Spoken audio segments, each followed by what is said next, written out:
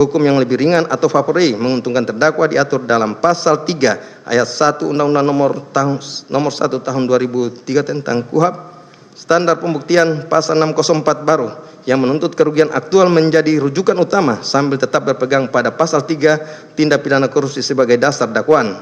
Menimbang bahwa berdasarkan rumusan pasal 3 tersebut, junto pasal 604 KUHP tersebut, unsur-unsurnya harus dibuktikan secara kumulatif adalah: 1. Setiap orang. 2. Dengan tujuan menguntungkan diri sendiri atau orang lain atau suatu korporasi. 3. Menyalahgunakan kewenangan atau kesempatan atau sarana yang ada padanya karena jabatan atau kedudukan. 4. Yang dapat merugikan atau mengakibatkan kerugian negara atau perekonomian negara. Ayat 1 mengenai unsur setiap orang terhadap unsur ini adalah sama dengan pasal 2, sehingga terhadap unsur ini telah terpenuhi. Ayat 2 mengenai tujuan menguntungkan diri sendiri atau orang lain atau suatu korporasi. Menimbang bahwa unsur dengan tujuan menguntungkan diri sendiri atau orang lain atau suatu korporasi merupakan unsur subjektif yang bersifat sentral pada pasal 3 frasa dengan tujuan mengarahkan perhatian pada niat batin pelaku yang pada saat melakukan perbuatan. Dalam doktrin pidana, niat batin tercela ini dibedakan dengan perbuatan lahir. Dalam pasal 3, niat batin yang dipersyaratkan adalah niat untuk menguntungkan baik diri sendiri, orang lain atau suatu korporasi. Menimbang bahwa putusan Mahkamah Agung nomor 1144 Kapitsus 2006 yang telah dirujuk di atas secara tegas menempatkan bahwa unsur dengan tujuan menguntungkan cukup dibuktikan dengan adanya tujuan tersebut tanpa mensyaratkan tujuan itu benar-benar terwujud. Dengan kata lain, pasal 3 dapat dipenuhi walaupun keuntungan ini tujuh ternyata gagal didapatkan oleh pihak yang menjadi sasaran. Yang penting adalah pelaku pada saat melakukan perbuatan mempunyai niat menguntungkan pihak tertentu.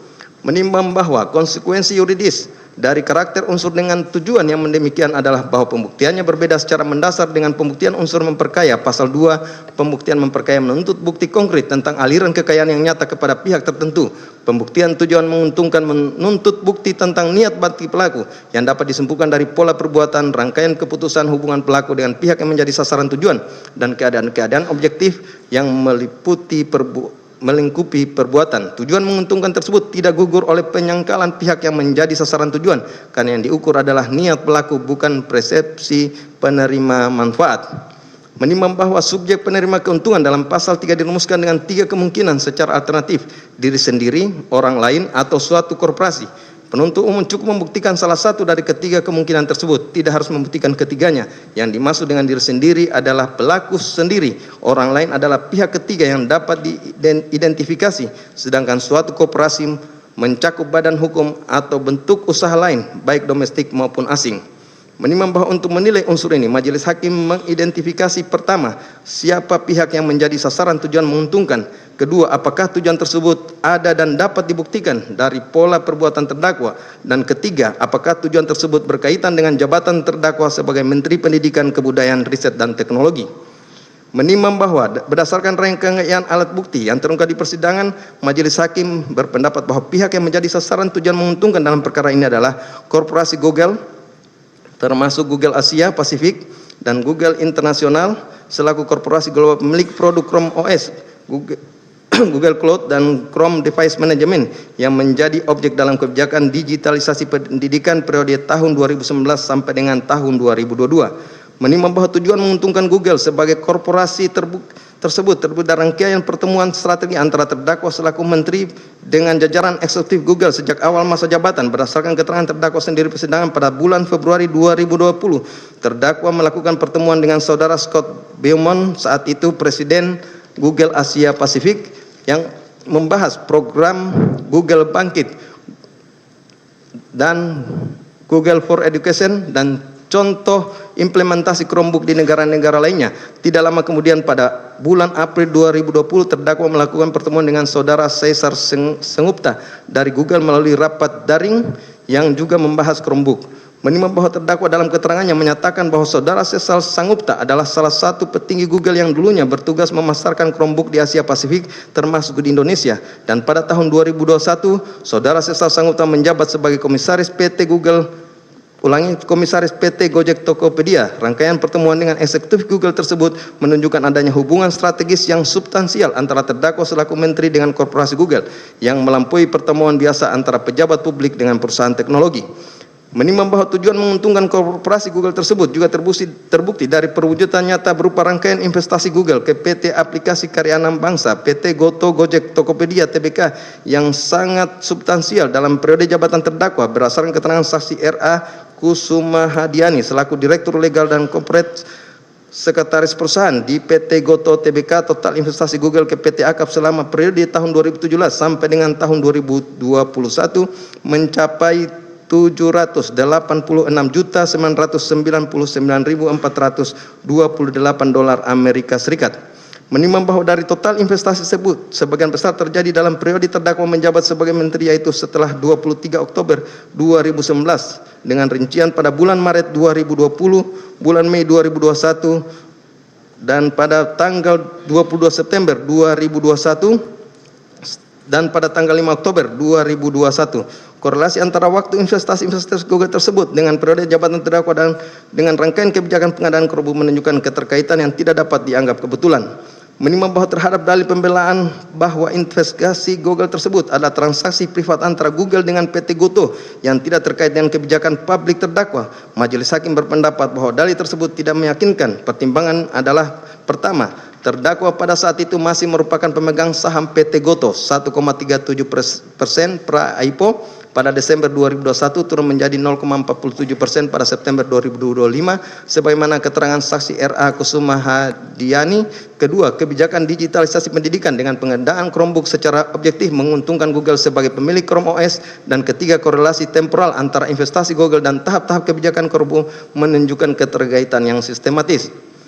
Menimbang bahwa terhadap dalil pembelaan yang merujuk pada keterangan saksi Adecas, saksi yang meringankan Scott Baymon, William Florence, dan Caesar Singupta selaku mantan eksekutif Google yang menyangkal adanya hubungan personal khusus dengan terdakwa, majelis hakim berpendapat bahwa keterangan-keterangan tersebut tidak menggugurkan unsur tujuan menguntungkan dalam pasal 3 hal ini karena unsur tujuan menguntungkan dalam 3 diukur dari niat batin terdakwa selaku pelaku, bukan dari pengakuan dan penyangkalan pihak menjadi sasaran tujuan. Bahkan apabila para eksekutif Google menyangkal mengetahui atau menerima manfaat khusus, hal ini tidak menggugurkan adanya tujuan terdakwa untuk menguntungkan korporasi yang mereka wakili. Tujuan menguntungkan adalah sumber subjektif yang terletak pada diri pelaku, bukan pada diri penerima manfaat.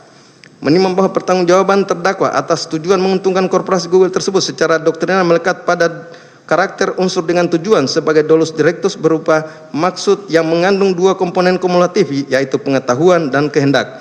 Doktrin hukum pidana sebagaimana dikembangkan oleh Lamintang yang mengutip Pompe dan Mulder dalam bukunya Dasar-Dasar Hukum Pidana Indonesia dan dikukuhkan oleh Mulyatno dalam Asas-Asas Hukum Pidana serta Sudarto dalam Hukum Pidana, menempatkan maksud sebagai bentuk kesengajaan tertinggi yang menuntut pembuktian intensi pelaku terarah pada akibat yang dikehendaki. Pengetahuan terdakwa pada bahwa Chrome OS dan Chrome Education Upgrade adalah produk yang dimiliki dan dilisensikan tunggal oleh Google LLC tidak dapat dibantah mengingat latar belakang terdakwa selaku pemegang saham pendiri PT Aplikasi Karya Anak Bangsa yang sejak tahun 2015 menjalin kerjasama bisnis dengan Google. Kehendak terdakwa untuk menguntungkan korporasi Google tersebut terwujud melalui rangkaian perbuatan jabatan, diantaranya melalui penandatanganan 2 peraturan perundangan yang mengunci spesifikasi penggunaan pada produk Google selama 2 tahun anggaran berturut-turut yang akan majelis hakim secara rinci pertimbangkan terhadap unsur-unsur menyalahgunakan kewenangan. Menimbang bahwa berdasarkan rangkaian fakta tersebut, majelis hakim berkesimpulan bahwa terhadap unsur dengan tujuan menguntungkan suatu korporasi dalam surat dakwaan subsidiar telah terpenuhi. Korporasi yang menjadi sasaran tujuan menguntungkan adalah Google dan tujuan tersebut bukan saja terbukti dari pola perbuatan terdakwa, juga telah terwujud dalam bentuk rangkaian investasi Google yang sangat substansial ke ekonomis usaha yang terdakwa miliki sahamnya. Menimbang bahwa terhadap dalil menyatakan investasi Google pada PT Aplikasi Karya Anak Bangsa tidak memiliki kausalitas dengan kebijakan terdakwa karena investasi Maret 2020 bertujuan mencegah dilusi dan investasi 2021 dilakukan melalui share swap menjelang penawaran umum perdana yang melibatkan lebih dari 50 investor. Majelis hakim berpendapat bahwa pertimbangan bisnis investor tidak menghapus korelasi temporal yang sistematis antara tahap-tahap kebijakan terdakwa dengan masuknya investasi sebagaimana terlihat dari rangkaian penerbitan Peraturan Menteri Nomor 5 Tahun 2021 pada tanggal pada Februari 2021 yang disusul investasi pada Agustus dan Oktober 2021, bahwa sebagaimana telah majelis hakim tegaskan, unsur tujuan menguntungkan dalam pasal 3 diukur dari niat batin terdakwa selaku pelaku dan bukan dari motif penyangkalan pihak yang menjadi sasaran tujuan, sehingga keterangan saksi Scott Bemon, saksi Sersa Singapto yang menyangkal adanya kesepakatan tidak menggugurkan unsur tersebut. Menimbang bahwa terhadap dalil pribadi terdakwa